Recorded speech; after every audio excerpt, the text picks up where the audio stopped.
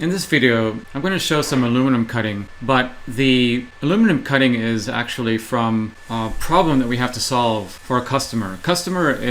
He has a laser machine like this one. This is the Vertical Laser XL, and it's a large 4x8 laser cutter. Here is the nozzle this is a very, very close-up view of the nozzle, and then there is a nozzle mount that's back here that has the V-groove bearings, the screws, and it has about 3 plates that is used to actually bring these V-groove bearings together and fit very snugly onto the aluminum rails. So what the customer is actually saying is that there may be a little bit too much flexibility in this type of system here because it is in plexiglass, and the timing belt is connected to this portion of this subassembly. And when the motor pulls on this, it might actually do some deformation of this larger part of this assembly. This issue doesn't exist in our machine, nor have we heard of this issue from other customers. And since the Vertical Laser XL is a kit, the customer has to build the entire machine according to instructions that are laid out on the Buildyourcnc website. So it's difficult for there to be control in this type of assembly. So what we did is we wanted to make the same parts in aluminum and deliver this to the customer so he can try this out and see if it helps. So hopefully this will serve as a really good test to determine if this solves the problem and we can improve the machine with this implementation. The customer mentioned that the deformation is probably causing the laser alignment to go out of whack, and it doesn't take that much to move this and cause a laser beam entering this portion of the nozzle, which is the mirror. It bounces off this mirror here and then it goes into the nozzle. And if there's any deformation in this assembly from load on this portion of it, then there could be a possibility of the laser not exiting the very small aperture of the nozzle at the other end. Let's take a look at the Fabricator Pro, the aluminum-based machine that we sell. We're going to show that cutting aluminum. This is 6061 aluminum. It's a structural grade of aluminum. So we just drill in a couple screws through the aluminum to be able to secure the material in place.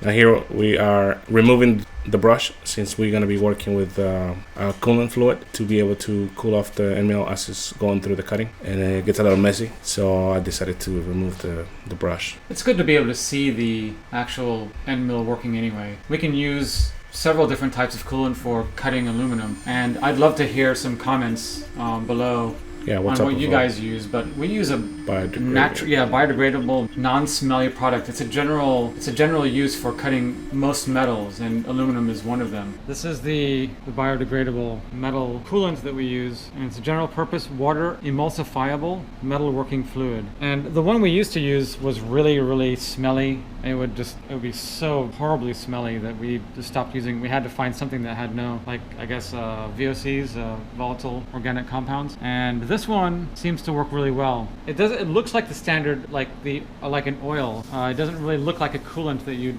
normally see going through a coolant for a CNC machine, because you can see that it's very oily, but it seems to work for what we're using for aluminum cutting. Well, we've heard you could use WD-40, kerosene, alcohol. And I wonder if there's anybody out there that is using air to cool off the end mill as it's cutting. The 6061 aluminum is a structural grade of aluminum. It's different from like the architectural type grades where you can have deep passes. But in this particular case, how many passes did you do on this? So the thickness of the aluminum is 0.25, and I went essentially 10 passes, so the depth increment of 0.025. And we have to run it quite fast actually along these passes because you want the heat to dissipate on each pass. So the faster you go on aluminum, the less heat you're going to have on the end mill. Correct. And heat kills end mills, so you want to go as fast as possible through the aluminum. But if it's too hard to go through the aluminum, you want to maintain the speed, decrease the depth per pass. Okay. Now here, was that a mistake there? Yeah. I can't remember what happened now, to be honest with you. I had to stop the machine and I had to fix the file. I think I was being too aggressive on the previous one when it came to the material. And you can, as soon as you start getting familiar with the type of materials that you're cutting, you can actually hear the tool struggling was trying to cut through the material. So that's something you start to train your ear, if you will, when it comes to this type of machining through the CNC. So you'll be able to start how you get to know those type of noises. So I changed the file to be a little bit more. I think I'd reduced the depth per pass to become 0.025, and it just worked way better. That auditory sort of experience can work with any material, really, right? I mean, with wood, if you listen to wood and listen to how the machine sounds when it's cutting the wood, you can understand. I noticed that you went in a reverse there. Yeah, I know. I had the conventional conventional profile, and for whatever reason, it actually went on the opposite side.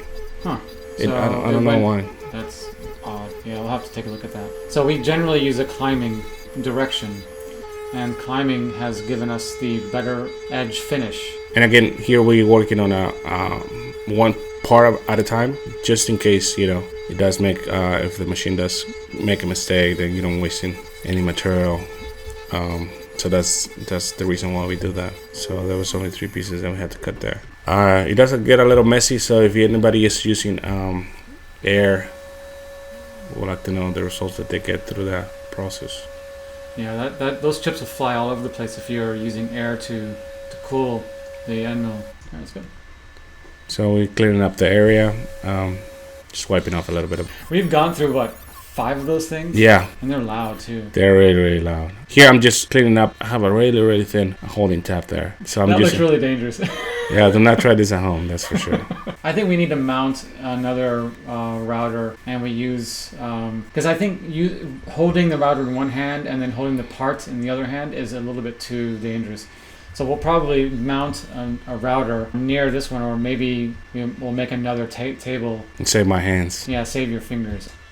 So we know how it feels when we get nicked by the router. By the router bit. I've been nicked, but when you get nicked, your finger actually bounces off.